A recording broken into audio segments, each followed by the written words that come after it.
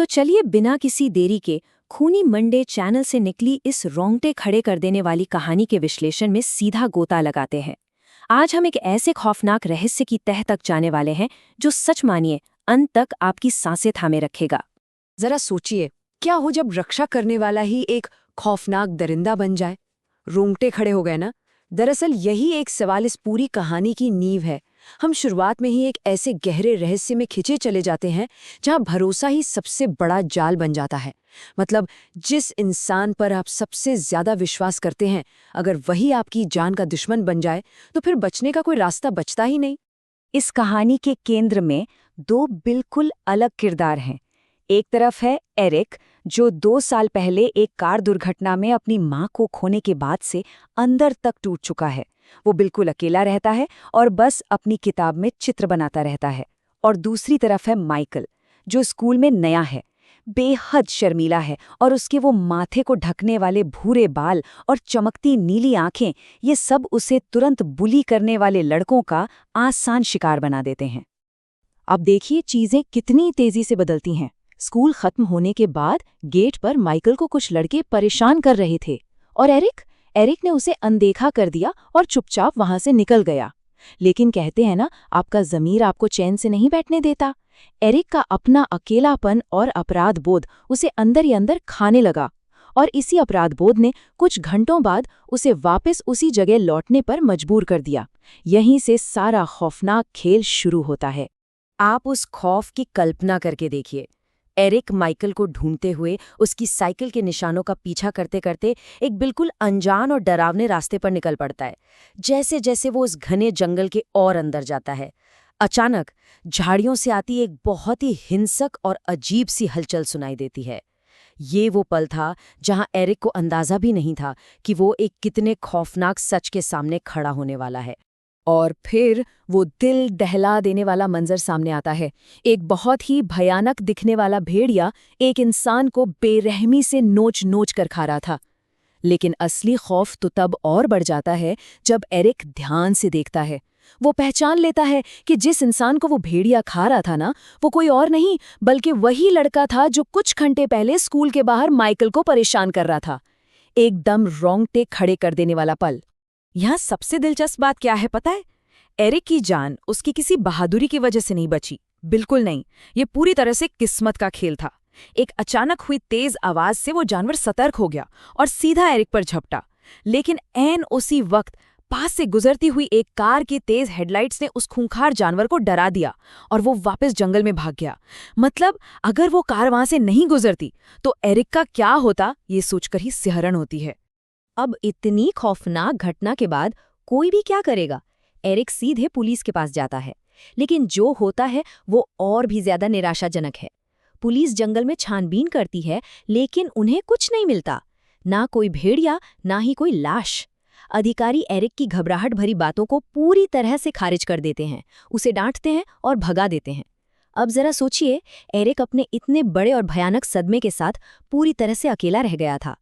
Police से ऐसा बर्ताव मिलने के बाद अचानक से कहानी में सुरक्षा का एक झूठा एहसास पैदा होता है। एरिक मदद के लिए सीधे अपने पसंदीदा टीचर मिस्टर ब्लैक के पास पहुंचता है। मिस्टर ब्लैक ही वो इंसान थे जिन्होंने एरिक की मां की मौत के बाद उसे भावनात्मक रूप से सबसे ज्यादा संभाला था। और यहाँ सबसे बड़ी राहत की बात ये थी कि वो एरिक की इस अजीबोगरीब कहानी को हंसकर टालते नहीं हैं, बल्कि बेहद गंभीरता से सुनते हैं। इसी बातचीत के दौरान मिस्टर ब्लैक अपनी एक बहुत ही पुरानी किताब निकालते हैं। इसी किताब के पन्नों में इस खौफ का पौराणिक आधार छिपा था।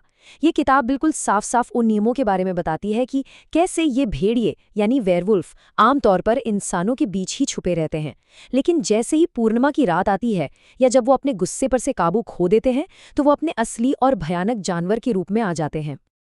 अब इस पुरानी किताब के ज्ञान को समझने के बाद एरिक तुरंत एक तार्किक निष्कर्ष निकालता है। उसके दिमाग में सीधे उस नीली आंखों वाले अजीब से नए लड़के माइकल की छवि उभर आती है। परिस्थितियां कुछ ऐसी बन रही थी कि एरिक को 100% यकीन हो जाता है कि माइकल ही वो खूंखार राक्षस है। और सच कहूं तो एक पल के लिए हमें भी यही लगने लगता है ना। लेकिन कहानी यहां से एक बहुत ही तेज मोड़ लेती है। शहर में अचानक से हर दिन लोगों के लापता होने की खबरें आने लगती हैं। खतरा अब पूरी तरह से बेकाबू हो रहा था। यही सब देखकर मिस्टर ब्लैक एक बहुत ही सख्त ऐलान करते हैं कि इस जानवर को हर हाल में मारना ही होगा, और आगे की योजना बनाने के लिए वो एरिक को स्कूल के बाद अपने घर बुला लेते हैं। पर मिस्टर ब्लैक के घर पहुंचते ही एक ऐसा चौंकाने वाला मोड़ आता है जिसकी किसी ने उम्मीद नहीं की थी। मिस्टर ब्लैक एरिक को पीने के लिए कॉफी देते हैं, लेकिन उस कॉफी में साफ तौर पर कुछ मिलाया गया था। पीते ही अचानक एरिक की आंखों के सामने अंधेरा छाने लगता है, सब कुछ धुंधला हो जाता है और उसे जबरदस्त चक्कर आने शुरू हो जाते हैं। ये वो पल था जहां खतरे की घंटी पूरी जोर से बजने लगती है। बुरी तरह फंसा हुआ और नशे की हालत में झूलता हुआ एरिक अचानक कुछ ऐसा सुनता है जो उसके पूरे होश उड़ा देता है। उसके उसी सबसे भरोसेमंद टीचर के बेडरूम से एक जानवर की बेहद खौफनाक आवाजें आ रही थीं। दरवाजा अंदर से बंद था, लेकिन वो भयानक गुर्राहट इतनी साफ थी कि कोई भी बता दे कि अंदर कोई इंसान तो बिल्कुल नहीं है। दरवाजे की दरार से एरिक जो भयानक शारीरिक बदलाव देखता है ना, सच कह रही हूं, वो रोंगटे खड़े कर देने वाला था। रीढ़ की हड्डी का एक झटके में जोर से गोल आकार में मुड़ना, पूरे शरीर पर तेजी से घने बालों का उगाना और चेहरे का खिंचकर एक थूथन में बदल जाना। और जब वो दांत दर्दनाक तरीके से जानवरों के नुकीले दांतों में बदलते हैं, तब जाकर एरिक के सामने ये भयानक सच आता है कि वो भेड़िया माइकल नहीं, बल्कि खुद मिस्टर ब्लैक ही थे। जी हाँ, उसका अपना रक्षक ही वो खूंखार दरिंदा था। अपनी जान बचाने के उस आखिरी हताशा में जब वो जानवर दरवाजा तोड़कर बाहर आता है, तो एरिक के हाथ अचानक मिस्टर ब्लैक का ही लाइटर लग जाता है। उसे तुरंत याद आता है कि जानवरों को आग से डर लगता है। बिना कुछ सोचे वो उस भयानक राक्षस को दूर रखने के लिए कमरे में ही आग लगा देता है। नतीजा, वो खूंखार भेड़िया आग की लपटों से डरकर भाग खड़ा होता है और पूरे घर में एक खतरनाक अफरा तफरी मच जाती है। उस भयानक आग वाली रात के बाद जो हुआ, उसके नतीजे बिल्कुल साफ थे। वो पूरा का पूरा घर जलकर खाक हो गया। एरिक वहां बेहोश पड़ा मिला और आखिरकार पुलिस ने उसे बचा लिया।